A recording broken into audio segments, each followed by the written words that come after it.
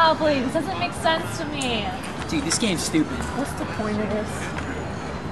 Hey, isn't that the Monopoly guy? I make it right, I'm in this bitch with the terror. Got a handful of stacks, better grab an umbrella. I make it right, I make it right. Make it rain on them hoes, I make it right, I make it right, I make it right. There's so much more to it, you guys. Do you even know what a monopoly is all about?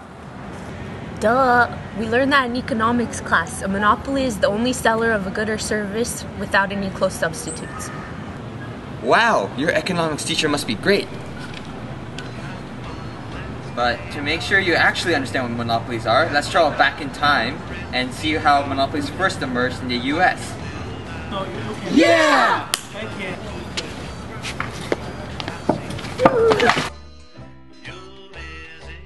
Three of the first great monopolies included oil, steel, and tobacco. J.D. Rockefeller was the tycoon of Standard Oil. With the emergence of an energy industry, Rockefeller was able to take advantage of rarity of oil in the market by buying up all of the oil fields and refinery plants.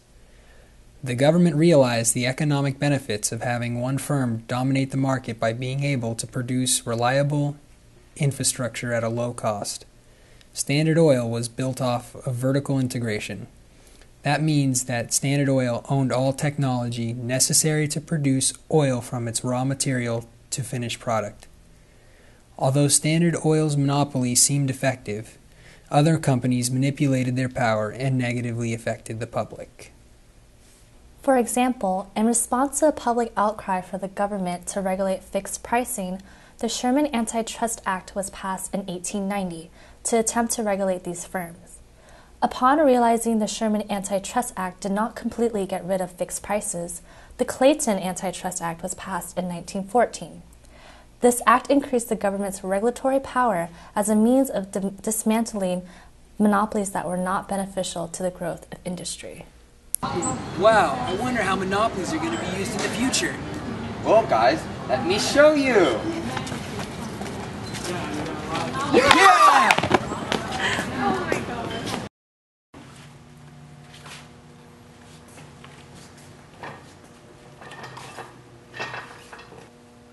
Why are we at the AT&T store? Oh, is AT&T a monopoly? Of course. Let me tell you about it. Originally, AT&T was a government-supported monopoly because they were considered a government utility. This was viewed as a controversial move by the government because AT&T had the potential to fix prices in their favor. Eventually, President Reagan broke up AT&T into baby bells, which hurt the quality of service in the short run, but in the long run created a balanced and competitive market. Baby bells are a group of companies that originally made up the AT&T monopoly, but were forced to split up to control different regions. This was done by the antitrust suit filed by the United States. Oh, that must mean there are no more monopolies around, right? Of course not. There are many more examples of monopolies, such as diamonds. Oh, like that company De Beers? Exactly.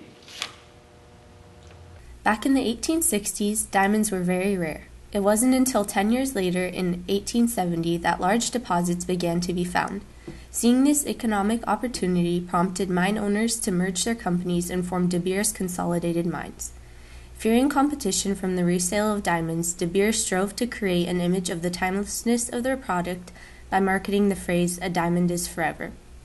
This was a way of differentiating their product and maintaining the diamond monopoly. That is so interesting.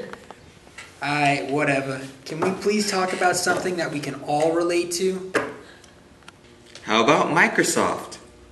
While Microsoft has been a dominating share of the technological industry with its Windows operating system, it was not challenged for being a monopoly, but for being hostile and using anti-competitive practices against its competition. Now that you guys know all about monopolies, what are some of the benefits and drawbacks?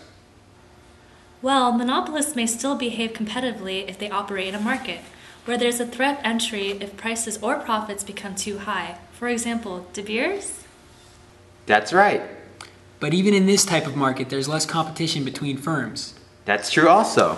Also, economies of scale may make some markets better suited to only one producer, like U.S. Steel. Wow, you guys learned so much. We sure did. All right, who's up for another game of Monopoly?